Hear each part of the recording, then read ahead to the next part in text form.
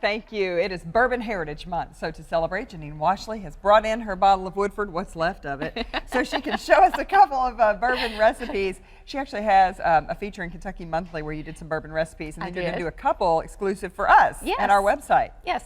In fact, the one that we're going to do is the WDRB recipe, and this one I just wanted to show you is a bourbon rubbed brisket, and I smoked this over cherry wood, and it has a mint chimichurri, and this is the Kentucky Monthly's online recipe. So you can go online to Kentucky Monthly and get your dinner option, and go online to WDRB and get your snack option. This is sort of like beer cheese except with bourbon, right? Exactly. Okay. Tell me what to do. And you dump it in and I'll talk you through it. Okay, so this is a cup of Monterey Jack, and this is half of a recipe. So this is a party size recipe. If you make the full version, that's 2 cups of white cheddar. You could use yellow cheddar if you'd like. Okay. And then we've got a 1/4 cup of mayonnaise. Okay. And mayonnaise just adds richness and that sort of thing. And the next step on call is our sour cream. Okay. And that just smooths everything out and kind of lifts, you know, it has that nice tangy flavor to it. And then we've got a little bit of fresh garlic. Okay. Just add a little bit of heat. And then we've got smoked paprika, and that's a special smoked paprika. It's actually smoked over bourbon barrel wood.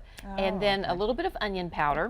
If you use onion powder in spreads and when you make your cheese balls in the upcoming holidays and so forth, you get that wonderful onion flavor, but you don't have the lingering aftertaste. And that's also a good tip with garlic powder. And there's our bourbon, and that's a tablespoon of bourbon. Okay, that's not a whole lot. No, it's not a lot. You could mix this by hand, but I like to mix it in a food processor because it chops it up and it makes it easier to spread. Okay. And like if you wanted to fill celery sticks with it, or fix a little cucumber cups and pipe some of that in there, it just makes it a lot easier. Okay. So I'm just going to pulse it real quick.